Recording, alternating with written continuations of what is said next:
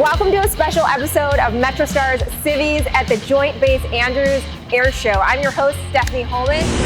Today, we're taking you behind the scenes to see how this amazing event comes together. From the crews who prep these aircraft, certain things have to happen 2 years in advance, to the teams who keep these skies safe. Flying is a dangerous business. To the organizers who make it all happen. We're expecting tens of thousands of people. We're also going to sit down with some daring pilots, from military test flyers to Red Bull Air Force racers. Upwards of 9.5 to 10 Gs. Buckle up for the sights, sounds, and the stories of aviation.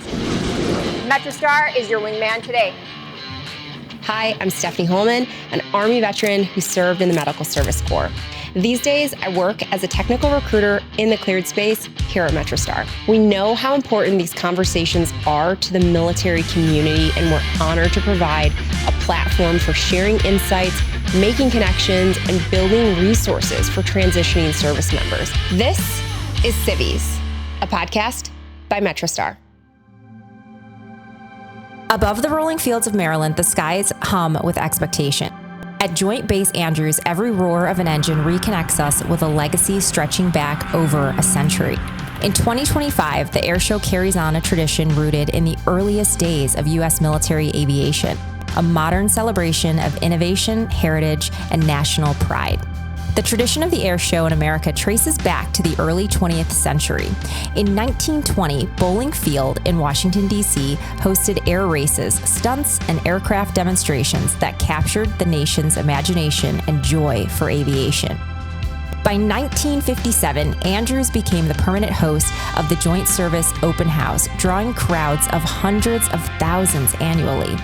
In 2025, Joint Base Andrews hasn't forgotten these humble roots for this year's theme, Where Legacy Fuels the Future, a celebration that connects military and civilian communities, reminding us that freedom and innovation are shared endeavors, fueling the enduring spirit of those who serve and those who dare to fly. We started off the day with RJ Gritter, a pilot whose passion for flight began with radio-controlled gliders and soared into full-scale aerobatics. RJ turns precision flying into pure art, pushing his decathlon to the edge of what's possible. Let's meet the man behind the maneuvers. Hey, RJ. Hey, how's it going? Good, good. RJ, tell us a little bit how you got into flying and what you're doing here today. Oh man, so I grew up in a flying family, so I've been flying since I was about that tall. Okay, okay. But you know, like a lot of people, I grew up going to air shows, being on this side of the fence, watching the performers, and looked up and said, I want to do that one day. When I was a kid, got into flying radio-controlled airplanes really heavily. RCs, okay. Yeah, loved flying RC, learned to fly aerobatics through that. Competed actually at kind of a high scale flying RC aerobatics. And again, knew one day I wanted to connect those two things, air shows and the RC aerobatic flying. So when I got the opportunity, I bought the decathlon that I'm flying at this show here this weekend. Bought it about 10 years ago. Very cool. Taught myself aerobatics and just immediately jumped into flying air shows. Love it. And I love it. True or false, you got your license at 16 or 17? 17. So I soloed on my 16th birthday and got my license on my 17th birthday, which is the earliest you can legally do it. Nice, So, nice. yeah. What are you most excited about today? Oh, but flying in the show and the awesome crowd here. Like we had a huge crowd here yesterday, which was kind of the DV and rehearsal day. Today's the big first open public day. We've already got a packed crowd. And it's always super cool to get up in the air, look down and see a huge crowd and kind of get pumped up to go fly for them. Yeah, so when you go up, I have to ask, what is your favorite maneuver, something you get just really jazzed up about? You know, I kind of like my whole show. I try to cut all the junk out of the show, so I enjoy the whole thing. I don't know, my big signature maneuver is the very last thing I do, which is a long slow roll from one end of the airport all the way to the other.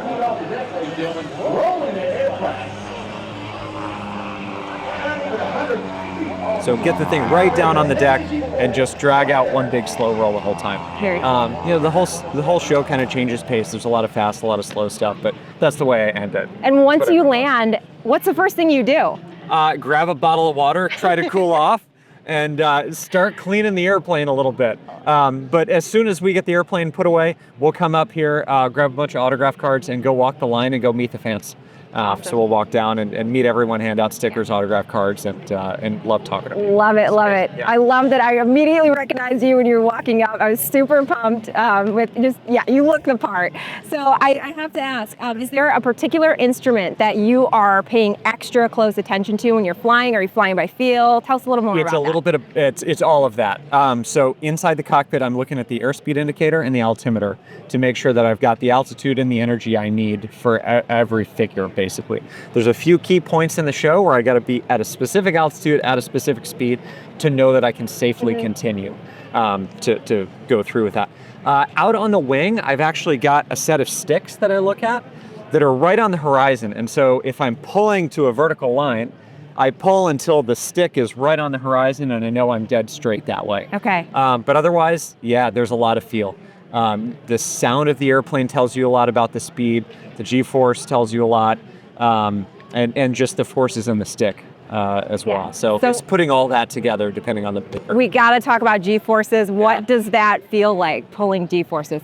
So if you've been on a roller coaster that does a loop, you've felt a little bit of that. I don't know, maybe 2 or 3 Gs. In my show, I'll pull plus 6 Gs and minus 5 Gs. Most gravity again, that's the positive gravity, and the positive flag tying the biggest.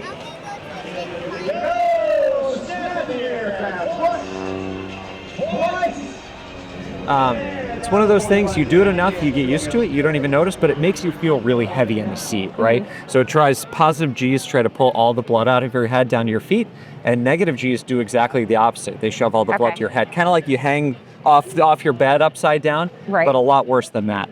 And the most interesting part of that is cycling between positive and negative Gs. The worst is you push a lot of negative Gs, the blood rushes to your head, and your heart says, oh, I need to slow down, there's too much blood pressure. Right. And then if you pull positive Gs too quickly after that, your heart can't keep up with that. It pulls all the blood out of your head and you'll start to black out.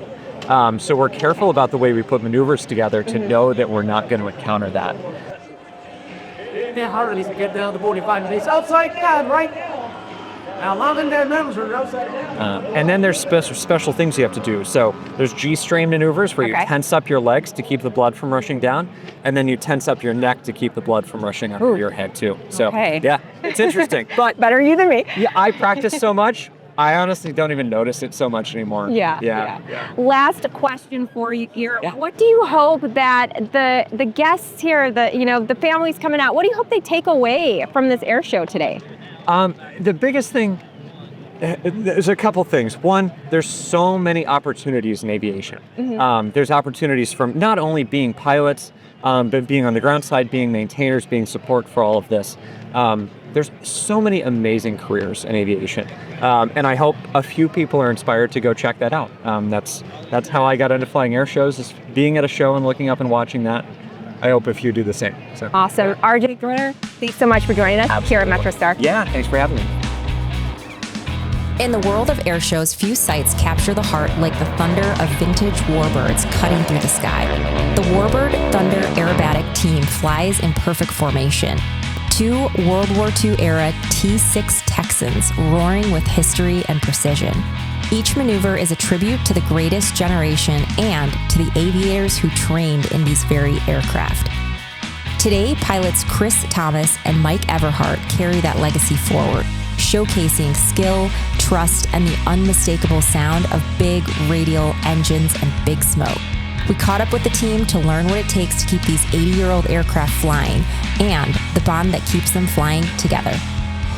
We are here with Warbird Thunder pilots. Gentlemen, welcome. Tell us a little bit about yourselves and how you got here.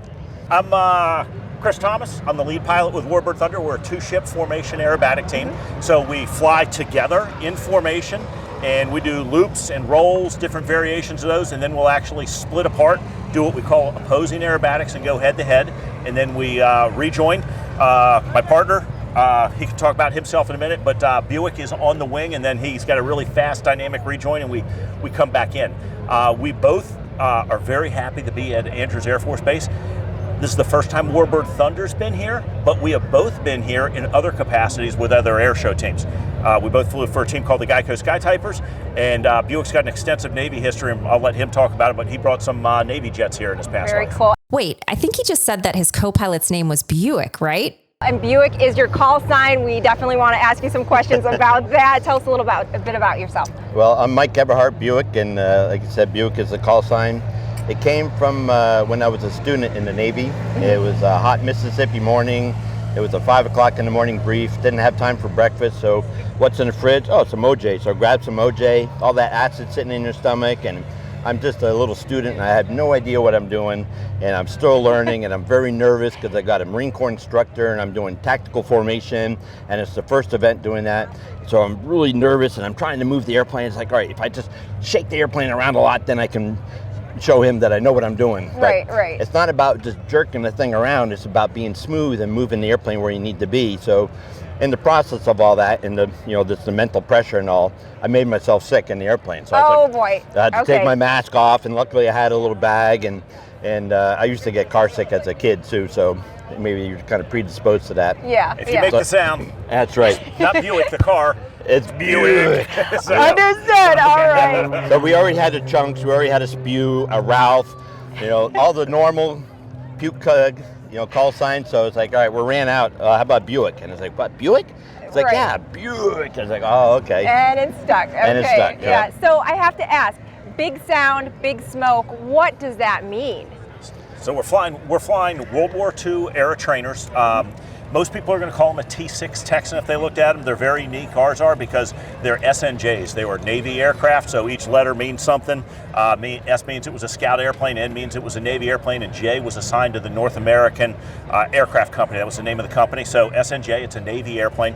Trained the world's greatest generation, World War II pilots right up to Korea. The U.S. was done with those airplanes about the mid-1950s. But the airplanes are amazing. They are extremely robust, very stout, and in fact, they served in about 55 militaries around the world. Wow. India flew them up until the mid-1990s. South Africa flew them until the mid-1990s, and we're flying them in air shows. What you hear the noise, so we're about twice the size of most air show airplanes, about 3 times the noise. It makes that big radial engine sound. So the propellers are actually 9 feet in diameter. So when you hear that barking sound, you're actually hearing those propeller tips break the speed of sound. That's where it's coming from. And we just got big, beautiful air show smoke. If you had closed your eyes and said, what does an air show sound like? It sounds like our 2 airplanes coming in. Nice. We took the blue sky today and put a lot of clouds out there. Yeah. It's kind of hard for the photographers. They're trying to focus, and the autofocus zooms in on the clouds, and it's hard to see the airplanes. Right. So talk to me about what's the maintenance like that goes into these planes to make them ready for the show? So these planes are, they were designed for a purpose. Scout and later a training airplane. So they were designed to be simple airplanes to be repaired in the field, designed to be sold to foreign countries. So on one hand, it's something mechanical, and it is 85 years old or 84 years old in his case. My airplane's 85, his is 84 years old. But they're very overbuilt, over-engineered, very simple to build. They were built designed very strong, like a 1970 Chevelle. So Okay. just very strong, and 1940, and it's still lasting with just loving care and maintenance. It's like you might have an old car and restore that car and keep putting some maintenance into that car and tweak the engine. And they were designed for 18 and 19-year-old kids to work on them and maintain them. And believe it or not, because of the airplanes, the countries that flew them around the world, there is a big supply of used parts left over from the 1940s and 50s that are brand new and never been used. So there's a company we use in Texas called Lance Aircraft, and I had to buy landing light lens covers. And when I took them out, they're wrapped in protective paper. We've gotten a few things from them wrapped in 1940s newspaper. So there's still parts available for the airplanes. Yeah. So you've already gone up, you've performed. What was your favorite part of going up today? I think for me, fixing some of the little mistakes we had yesterday. We always strive for perfection, and there's always something. It's like a figure skater out there doing an Olympic event. There's always some little thing that they want to improve, and we have the same kind of mindset. If we had something that was a little bit off the day prior, then we'll try to fix that. Luckily, Paul, our maintenance support person, takes a video from the ground, so we can see exactly how it looks from the ground, because that ground perspective is much different than we can look, oh yeah, everything was perfect and it looked good. And then you look from the ground, it's like, that was totally out of position. I need to adjust my position so that it looks good from the ground. Most of the time, these are small things like, is the smoke coming in on at the same time? When I say smoke, it should be in the beat. Smoke on now button. But occasionally, if I'm thinking about 5 things at once and positioning what the wind's doing is, I might go smoke on now click, and then he watches the video and we both look at it and we realize, Chris, your smoke's out of sequence. Or when you said pull, did you in fact pull at that, or was it a quarter second off? So we're talking about little tiny things. You're striving for perfection, right, in a way that most people can't see. But we walk in with this mindset of perfection every day. So we're correcting things that most people can't see. Absolutely. So today we corrected a lot of things, and that felt good that we fixed all those little tiny things that we had yesterday. And then there's always new things today that we have to look forward to fix tomorrow. Absolutely. It sounds like there's a lot of trust between you, and dare I say, maybe you trust each other with each other's lives. Literally. Tell us a little bit about your backstory. How long have you known each other and flown with each other? Probably about 2015 or 16. I think so. And we flew on a different air show team for about 7 or 8 years together. He was there for about 15 years. I was there for about 7 years. And that team came to, and he's got a long history of flying air shows before that. Okay. But then when that team came to an end, we both were ready to keep on flying. It's very excited. We both learned to fly when we were in high school. We both have been flight instructors our entire lives. We're both airline captains for a living, and we both instruct at work. So aviation is something that we both wake up and we're just passionate about. We know a lot about it, and we love sharing it with other people.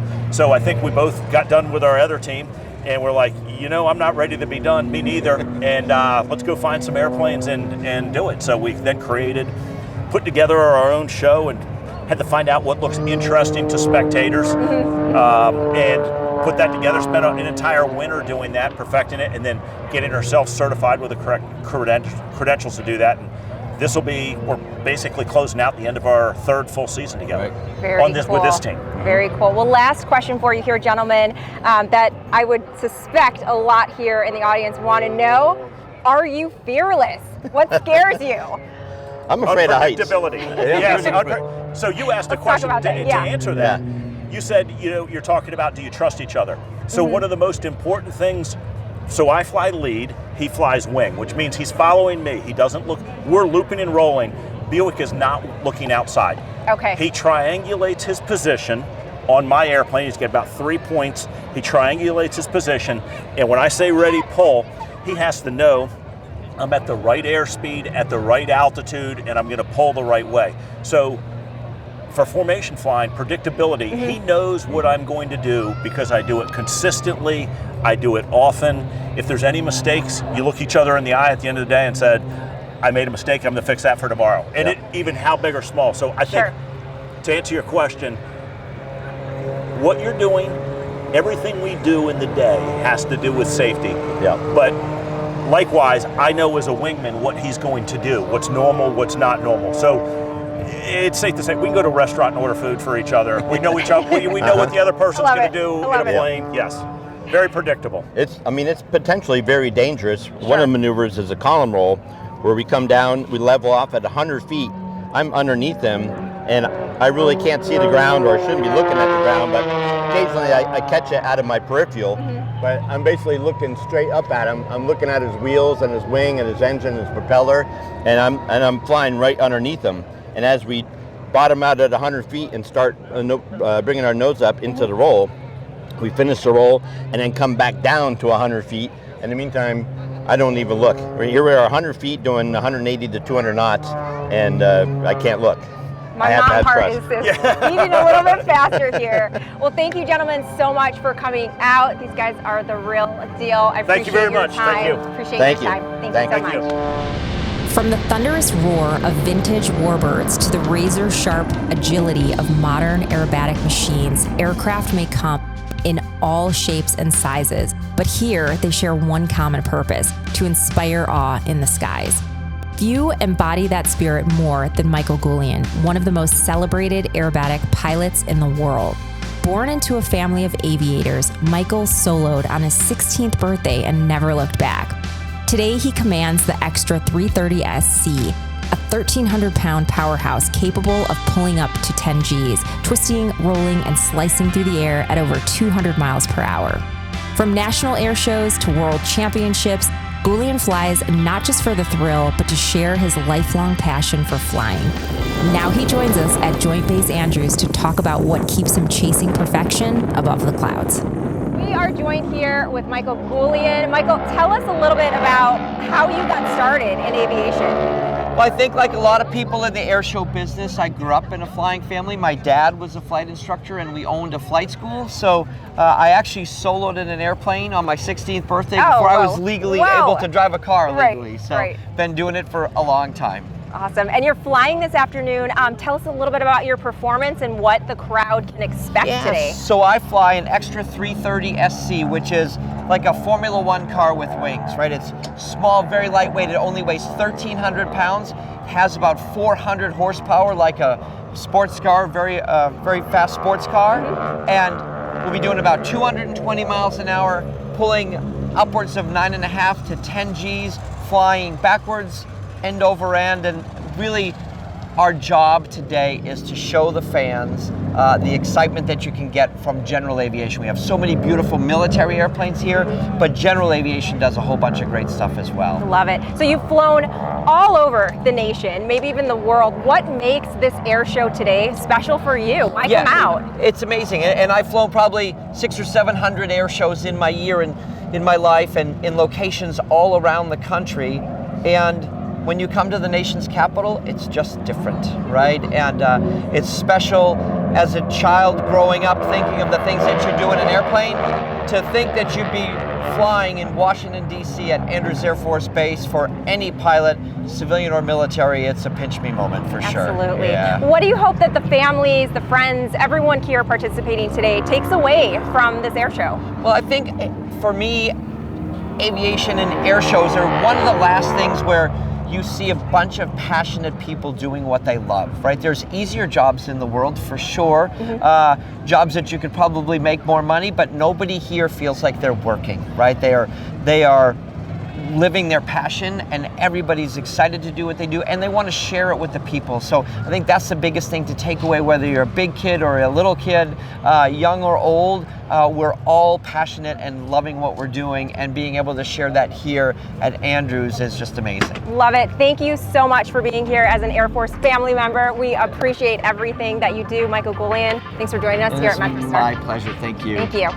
While these incredible pilots thrill the crowds from above, the success of every air show truly begins on the ground. Behind every takeoff, every cheer, and every safe landing are hundreds of people working tirelessly to keep the mission in motion. We had the chance to chat with just a few of them, from public affairs officers, operations leaders, and support coordinators, all balancing communication, logistics, and safety for tens of thousands of guests. It's a world few ever see, but without them, none of this could take flight. First up, Lieutenant Gray, who helps tell the story of the air show, managing communication, media, and outreach to ensure the community knows this event is open, free, and for everyone. All right, we are here with Lieutenant Gray, and we are just going to walk around the air show and hear more about what you do and what your part is with putting this whole show together. Yeah, so my job is essentially to communicate everything regarding the air show, all things air show. So that is parking, which is the most important thing. You know, we are in the NCR area, so it's a pretty big area to cover. We're expecting tens of thousands of people, so parking is a very big thing for us. So communicating things like that, our aerial demonstrations, who is coming. We also have to communicate what's on the flight line, right? So you see these aircrafts, you know, we have people that are interested in coming to the air show and getting up close and personal with those aircraft. So letting people know what's coming to the area, it's important. So all those fun stuff, that's what we do. And we also take care of media. So and you helped us get on. And we got you guys on. So that's very important to leverage, because we want to get the word out that this is open, that it is free, and then we want everybody, all our neighbors, to come in and enjoy. Tell us about the planning that went into today. Yeah, so the planning, like Lieutenant Ruley said, it takes up to 2 years, right? The year that it's going to happen, that's when things start ramping up. 6 months is when things get really, really hot. So for us at PA, we got to start media planning everything. What do we want to communicate? What's our priority? What is it that we want to share with the public to entice them to come in here? Yeah. Absolutely. And I think I caught earlier that you recently PCS, and this is not your first air show. It's not, no. So typically PAOs have a couple air shows under their belt, but that's throughout their entire career, right? So I'm a first lieutenant, so I've been here I've been in the Air Force for 2.5 years. Okay. Right? So now I have 2 under my belt. So I just PCS, got here about a month ago, so it came right into like the perfect time, right? And I was at Barksdale. Barksdale, we just finished our show, very great show, very fun.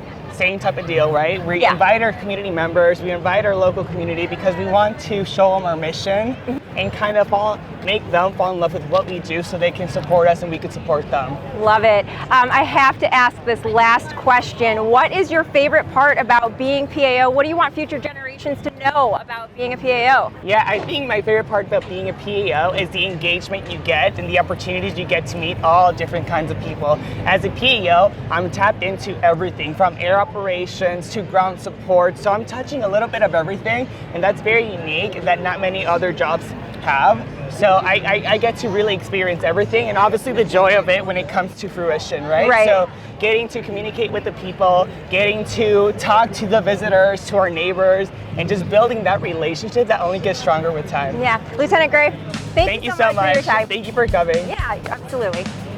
Then there's Lieutenant Colonel Dreyer, the Air Operations Officer, the person responsible for every aircraft in the sky and every moment of precision that keeps the show running safely and on time. We are here with Lieutenant Colonel Dreyer that is making sure everything is running smoothly in the sky and on the ground. Lieutenant Colonel Dreyer, thanks for joining us. Hey, pleasure. Thanks for having me. Tell us a little bit about your position here and what you oversee. Okay, hey, I am the Air Operations Officer for the show. So essentially, if there's planes flying, I'm the one who's in charge of that. So I'm making sure the schedule's good, that all the performers have all the requirements of like fuel and oil, that we're staying on our timeline, that all of the emergency assets are in place, and essentially the whole infrastructure to make the show happen is going. Very cool. So we are right in the middle of the show, right? Yep. What's been your favorite part so far? Honestly, my favorite part is seeing the crowd's reaction to amazing things like what's happening behind us. So, I mean, this is why we're here, is we want to say thanks to the crowd, show them what we do. So really seeing the crowd is making me really pumped up. Absolutely. There's a lot of things happening all at once, all around us. What is the number one thing you're keeping your eyes on? Honestly, the crowd's probably not looking at that because we don't really want them to, but all of the emergency personnel, so flying is a dangerous business. So, you know, we want to show you how professional and how much precision we have when we do this, but also we want to make sure our folks are staying safe. So I'm making sure all of that infrastructure is ready to respond and ready to take care of things to keep things moving safely and efficiently. Absolutely. And last question for you, what do you hope that the families, especially military families that are coming out today, what do you hope they take away from this event? Well, I hope that they take away that, you know, this is really our thanks to the community for the support that we get from everyone here, because, you know, this base, you know, wouldn't be here if not for the American people, because that's who we're here to serve. Right. So really want to show you the amazing things that we do and that you guys can do amazing things too. Lieutenant Colonel Dreyer, thank you for joining us. Thank you for all that you're doing for these the community here. Thank you. Appreciate it. And Lieutenant Ruley, leading the support operations team, from crowd control and food vendors to performer logistics and safety coordination. Her team makes sure the show runs like clockwork, often planning years in advance. We are here with Lieutenant Ruley. She is going to tell us a little bit about what she does here at the air show and all of the planning that goes into it. So tell us a little bit about what you're doing here today. Thanks so much for having me, and thanks for the question. My name's Lieutenant Sarah Ruley.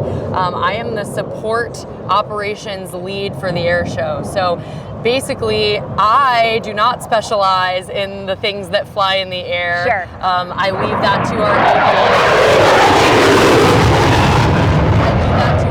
aviators and amazing air crew, but I do specialize in all of the support aspects that go into that. And so all of the awesome crowd support that you see going on, like the food vendors, a little bit of piece in the security detail that's going on, supporting our staff, right? You see a lot of golf carts to make sure that our staff is taken care of, can get around.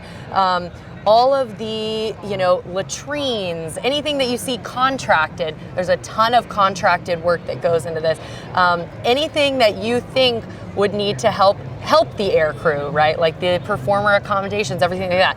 Anything support related definitely was in my realm. I had a super robust team, as you can imagine, with all of that going on. And we're seeing them in action as we walk around. I have a huge team that was able to put all of that into action to make sure that the planes go when they need to. Yeah, absolutely. So a lot of stuff goes into getting thousands of people and supporting thousands of people that are coming on base. How far in advance do you do all this planning? Is this a year in advance, 6 months? Yes, so great question. Certain things have to happen 2 years in advance. Wow. Yes. Okay. Yes. So certain things have to happen 2 years in advance to ensure that we get the approvals that we need to have such an amazing event, because there's a safety aspect there, which I'm sure that we'll talk about a little bit more. But like, for example, the Thunderbirds are, a packed schedule. Right. They book 2 years in advance, and there are certain waivers that we submit 2 years in advance to ensure that we're good to go to have our air show. So that happens. There's some paperwork. For example, our team started work for the next air show, which will be in 2027 already. Amazing, but the amount of support operations and securing our aircraft and crew, that really starts ramping up about 1 year in advance. Gotcha. And then of course, like that last 6 month stretch is really like go time to make sure that we have everything that we need, figure out plans that we couldn't probably have done sooner than that with the manning that we have at the time, right? Because military move around. So we want to make sure that we have our team solidified, that we can execute. So there's really a long runway, but also a short runway for getting all the details done. Right, and how do you handle unforeseen things that just happen, right? Because this is all happening in real time here. No, absolutely. Really, all the credit goes to the team. So we have POCs, or points of contact rather, for all of those functions that I kind of talked about earlier, and more, right? Accommodating our distinguished visitors that we have. We have POCs basically for every single function that you could imagine, right? Even differences between aircraft, points of contact. So really, it's just a huge, robust team that makes it happen. And they're trained, yes, right? Trained, subject matter experts. I don't know that much about infrastructure. I don't know that much about what makes a plane go. I don't know that much about fueling those aircraft. All these different things. We have a huge team that makes it happen. So when those last minute things come up, usually I get the call, where does it need to go to make sure we get it in the right hands, and then we flex and we make it happen. That's something that is a tenet of the Air Force, right? We say that flexibility is the key to air power, so we absolutely exercise that to just make sure that we make it go. And I think that everyone's attitude is a huge part of that as well. We have a huge team that is completely bought into ensuring that the air show executes. So that's just a matter of, okay, does that mean I need to go do security screening? Does that mean I need to re-vector a team, managing priorities that we have in front of us to make sure that we can support the next need that we have? Yeah, so a lot of pieces coming together. It sounds like you can move pretty quickly. Yes. It's stressing me out to hear all these things, right? So how does your team celebrate after the air show? Everything's gone great. What are you guys doing to celebrate? Well, there's some well-deserved time off, right? Yeah. Obviously, we're working the weekend. We've been working weekends for a while now, just to make sure that all the details are ready to go. So we have amazing supportive leadership that is going to ensure that we get some rest and recuperation time to make sure that especially everyone who's out here working long hours in the heat is cared for. Absolutely. So that's definitely a piece there. The other piece is that, last night we had an amazing welcome party that our Force Support Squadron put together. We welcomed the performers, but it was also for our team, fed the team, recognized the team. Our air show director gave some really nice remarks to thank the efforts of the full team. So that was kind of to kick the weekend off, and I know that's not necessarily on the back end. The next piece, honestly, is making sure that we set up the next team for success. Right, and then the the celebration is the warm handoff to make sure that the next team is ready to go. Nice. So those are some aspects of celebration. I personally am hoping to thank my team. I'd like to write them some thank you notes, and hoping to host them and thank all of them, because I couldn't have done a quarter of what I did without everybody. Yeah, and so far it's been great. We've absolutely loved our time here Awesome. here at the air show. Last question for you. What is your just favorite part of air shows? Oh, thank you for asking me that. So my favorite part of air shows, like I said, would be I'm not really in tune with all the technical aspects of flying. Sure. But I am in the Air Force, and I am a nerd enough that I do think it's just cool. Right. So that's genuinely my favorite part, is just seeing cool. the air power. However, my favorite part of this air show is that it is a true joint air show. We are on Joint Base Andrews, and we of course have the United States Air Force Thunderbirds as our marquee act, but we also have the Naval F-18 Rhino demo team. We also have the parachute team from the U.S. Naval Academy, and the Golden Knights parachute team from the U.S. Army. I couldn't be more thankful that we have our joint partners contributing to this air show. I think that's what makes it exceptional compared to some maybe only Air Force focused air shows. Right, so it is truly joint. It's a true as joint you air said. show. Love it. Lieutenant Rulli, thank you so much for joining us here at MetroStar. Teamwork makes the dream work. And next, I had the chance to fulfill a little dream of my own. The U.S. Army Golden Knights are America's premier parachute team, soldiers who transform courage and precision into poetry in motion. So when I was told I had the opportunity to see them in action, you know I jumped right in for that. Well, I mean, I didn't actually jump out of the airplane from 12,500 feet above, but the Golden Knights certainly did. They represent the discipline, teamwork, and excellence of the U.S. Army and bring in huge crowds from across the nation. Up here, there's no room for hesitation, only trust, training, and unshakable focus. And as the Golden Knights leap from the aircraft, what begins as a free fall quickly becomes a masterclass in precision and control. Everyone's eyes are glued on the action as they watch those signature black and gold parachutes unfurl while the Golden Knights free fall at 120 miles per hour. From the jump to the landing, every movement is calculated, every performance a salute to service, to teamwork, and to the thrill of flight itself.